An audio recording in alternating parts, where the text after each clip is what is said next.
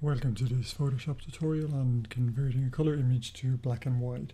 So we're going to take this image here, which is an image taken in Senate Square in Helsinki in Finland, and we're going to convert it to black and white. We're going to use adjustment layers. We're going to do the very basic adjustment layer, which is the black and white one, but we're also going to add another layer underneath that to get a little bit more from the black and white adjustment. So let's get started. So first thing I'm going to do is just to create the first adjustment layer, which is a black and white. That can be done by either going to the layer menu, new adjustment layer, and black and white, or you can do it from the layers panel over here by clicking on the icon for adjustment layers and choosing black and white here. We can leave the default name here, which is just black and white, and you can see it gives this default setting.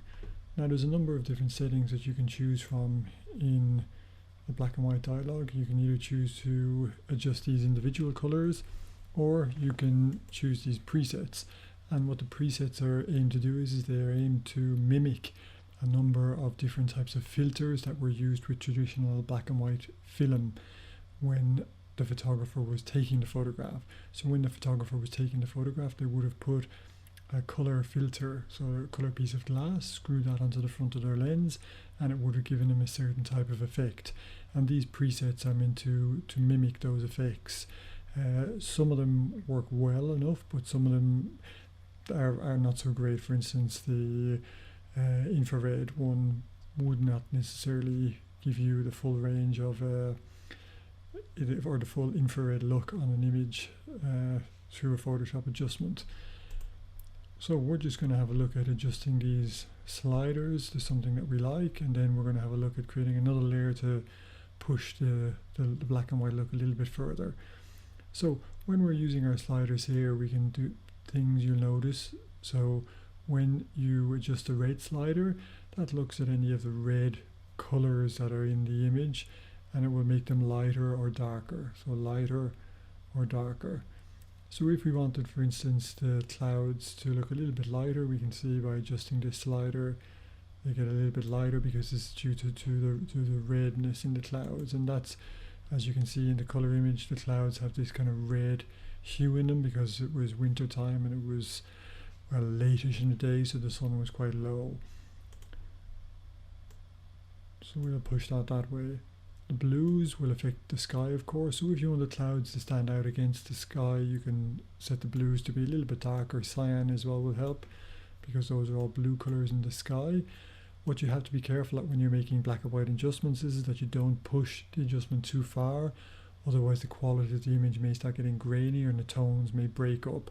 So you end up with uneven tones and something that's called banding, where it jumps significantly between different tones, black and white tones in the image. And then you can adjust greens if there is any greens in the image. Not too many here, just the top of the cathedral you can see is slightly adjusting, and then also yellows. You can see there is some yellowing because again the light is a little bit yellow, and so is the building. So you can adjust them as you wish depending on how you want things to stand out in the image. But again, just make sure that you're not going to get clipping. So if I push the yellow too far, you can see from the histogram here and also from the tones in the image, I'm getting some clipping, which is causing detail to go missing from those areas. So I don't want to push that too far. So once you're happy with your adjustments here, what we'll do next is we'll create a new layer to push this look a little bit further.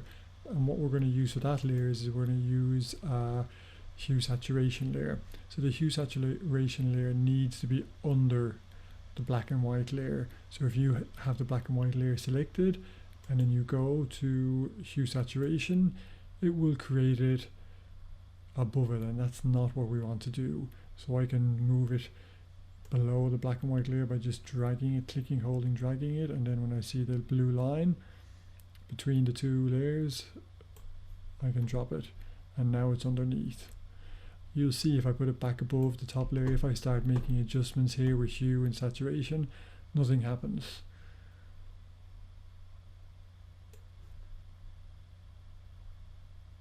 and that's because it's above the black and white layer. So we need to drag it below it, and then when we start moving it, you can see we start getting different looks. So you can play with the hue, you can play with the saturation, pushing it a little bit further or flattening it down. Of course, reducing the saturation will reduce the effect of the black and white layer, increasing it will increase the effect of it. But mostly hue can be quite useful because it changes the colors and tones of the image, so it changes how the black and white adjustment will affect the image. You can see if we turn off the black and white adjustment, the colors are quite funky now, but that doesn't matter because we're using it in combination with a black and white adjustment. And you can also turn down the lightness if you want, if areas are getting too bright or if the contrast gets too high. You can change the brightness too.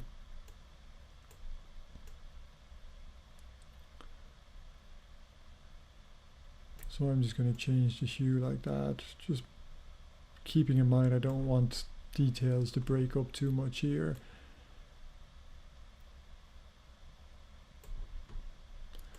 And go back into my black and white adjustment.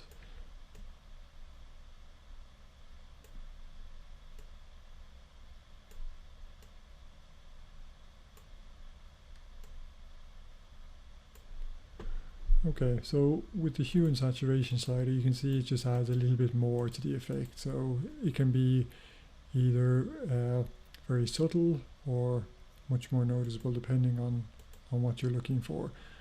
But it can certainly change certain details in the image if you needed to. Once you're finished with these, then you can just flatten the layer and save it as a layer file, or if you want to store these with the image, you can save it as a PDF file. Okay, I hope this was helpful, and thank you for watching.